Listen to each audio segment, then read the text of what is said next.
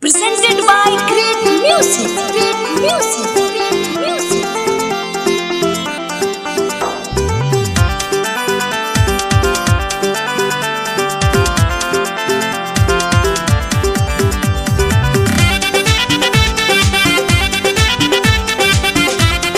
Music by Rishi Raj RRT.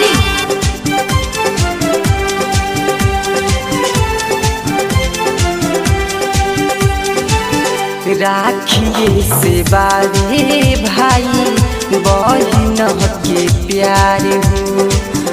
राखिए में बारे भाई बहिन के प्यार हो। भाइये से मिले बहिन के खुशियाँ हजार हो।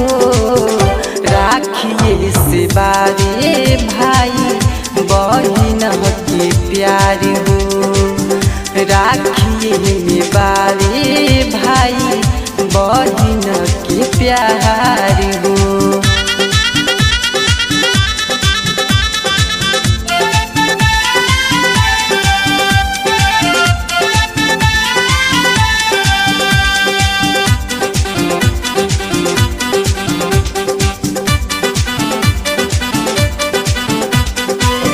हर एक बहिन यापन फर्ज निभावेली।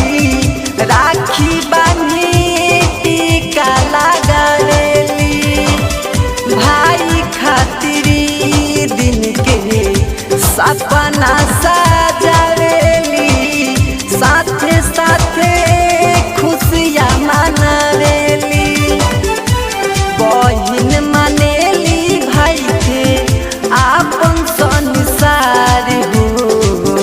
राखिए से बारे भाई बहिन के प्यार हो। राखिए में बारे भाई बहिन के प्यार हो।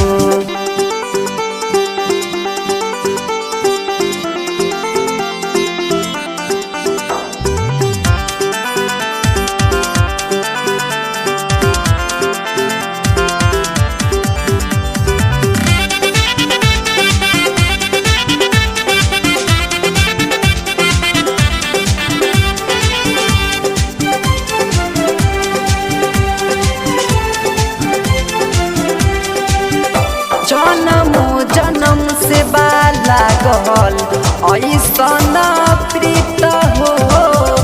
इहे बारे भाई बहिन के रीत हो। मने मने गावेली बहिन मधुर गीत हो।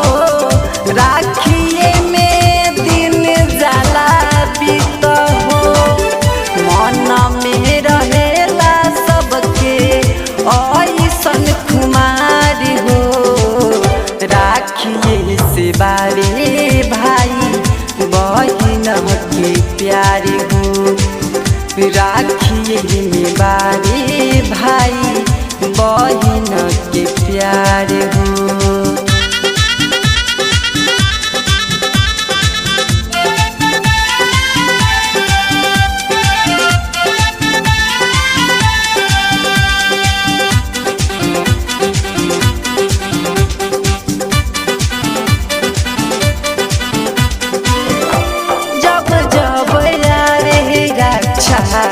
बंधन त्योहारे हो।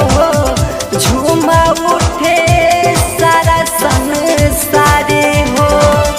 रतने सुमेश इंडियन देवेले बहिन के प्यारे भरले उपहार हो। बहिन के प्यारा भाई विकास राजकुमार हो। राखिए से बारे भाई बहिन के प्यार हो।